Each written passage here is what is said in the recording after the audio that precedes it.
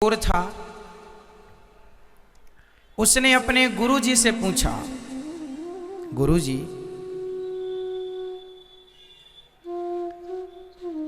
मेरा विवाह कब होगा? गुरुजी ने कहा, बेटा तेरा विवाह तो होगा उस दिन जिस दिन से ठीक तेरा विवाह रात को होगा और सवेरे तुझे फांसी हो जाएगी। जिस दिन तेरी फांसी निश्चित होगी, फांसी निश्चित होने के बाद तेरा विवाह निश्चित होगा। चोर ने कहा कि जब फांसी निश्चित हो जाएगी तो फिर विवाह करेगा कौन? बोले नहीं, ऐसे ही लिखा है तेरे भाग्य में। अब वो चोर तो चोर था, चोरी करना उसने छोड़ दी। चोरी नहीं करूंगा, फांसी नहीं लगेगी। मतलब देखो, उसने जान लिया कि मेरे साथ क्या होने वाला है। अब वो सावधान हो रहा है, पर जो होनी है होके रहेगी। आप कितने भी सावधान हो जाइए, कितने भी चालाक हो जाइए, पर जो लिख चुका है, जो किस्मत में है, मिलना है तय। एक दिन वहां से राजा की सवारी गुजर रही थी। ये चोर पहले चोरी करता था पर अब नहीं करता। राजा की नजर इस पर पड़ गई। राजा ने कुछ याद किया।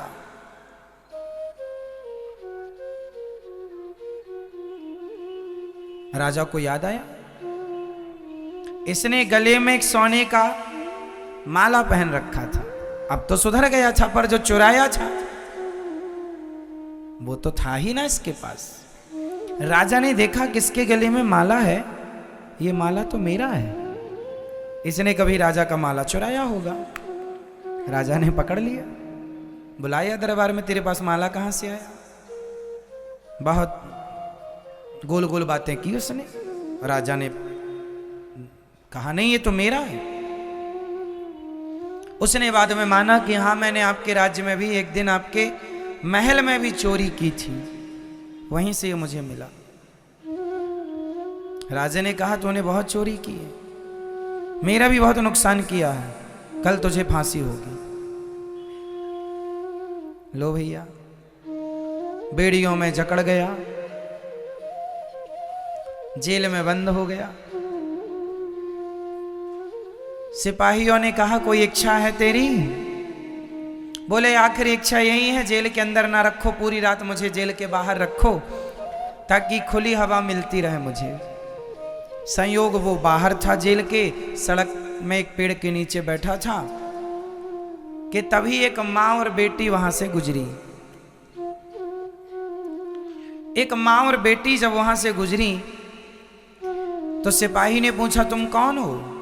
उन्होंने कहा, भैया हम इस शहर में, इस नगर में नए नए आए हैं, बड़े गरीब हैं, कुछ काम मिले तो पेट भर रोटी मिल जाएगी। चोर वहीं था, सुन रहा था। बड़ी प्यास लगी है, चोर ने पानी मांगा तो उस मां ने उसे पानी पिलाया। चोर ने कहा कि ये तुम्हारी बेटी है? हाँ, मेरी बेटी है। क्या चाहती हो तुम? बोले, कोई नौकरी मिल जाए, कोई सब ठीक हो जाए, गरीब हैं बड़े, खाने को व्यवस्था नहीं है। पर तुम कौन हो? बोले, मुझे कल फांसी पर लटकना है, मैं चोर हूं। पर सुनो, मैं तुम्हारी गरीबी मिटा सकता हूं। कैसे? बोले, मैं चोर हूं, मैं तो कल मर जाऊंगा, पर मैंने कुछ धन गड़ा रखा है जगह पर। यदि तुम अपनी बेटी का विवाह मेरे से कर दो तो मैं सारा धन से पता बता दूंगा और तुम धनवान हो जाना।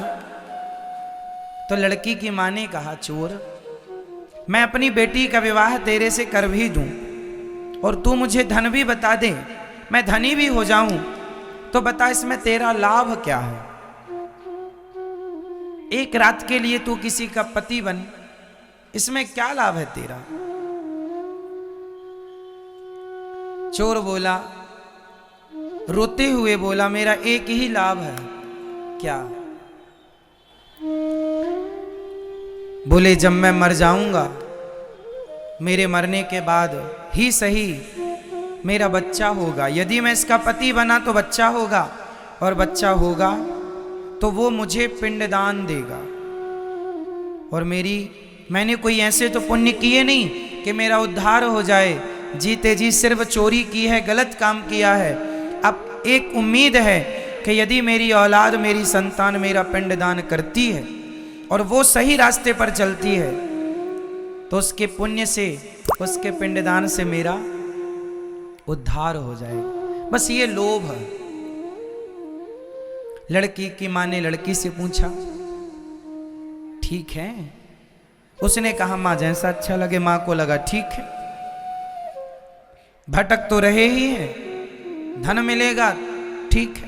शादी हो गई, पंडित जी को बुलाया, घंटे 2 घंटे में अग्नि जला करके फेरे दिलवाए, विवाह संपन्न हुआ। एक रात वो अपनी पत्नी के साथ रहा। संयोगवश भगवत कृपा के द्वारा वह पत्नी उसी रात गर्भवती भी हो गई। सवेरा हुआ, सूर्योदय होते ही राजा की आज्ञा के कारण चोर को फांसी पर लटकाया गया। चोर मर गया।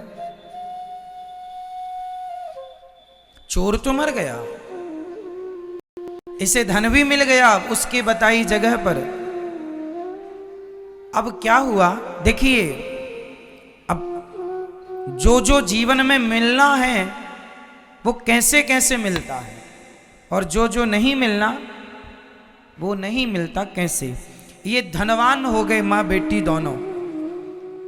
माँ को लगा चलो बेटी का विवाह कर देना चाहिए। इसने फिर बेटी के विवाह का प्लान बनाया। एक लड़का मिला भी, लड़के से कहा, विवाह करोगे? हाँ हाँ कर लेंगे। विवाह किया तो उस लड़के ने, जिसने विवाह किया, संयोग से वो भी एक चोर था। वो चोर था तो रात के ही उसने पूरा बोरिया बिस्तर बांधा, इसका सारा धन उठाया, भाग गया। एक चोर ने धन दिया, एक चोर ने धन ले लिया। अब ये जैसे थे फिर वैसे हो गए। धन जाते ही उस धन के गम में ये मां निपट गई।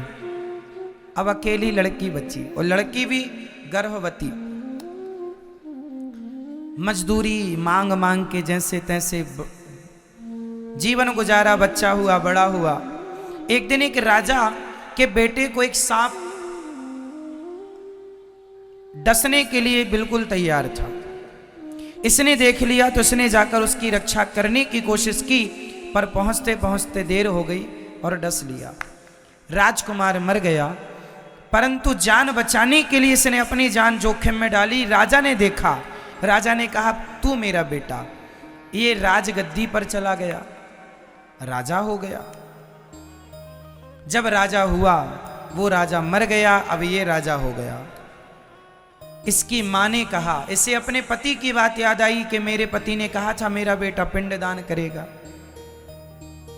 अब पिंडदान करने के लिए ये गया जी पहुंचा, और जब गया जी में पहुंचा तो जैसे ही पिंडदान करने लगा, उसके सामने 3 हाथ खड़े हो गए।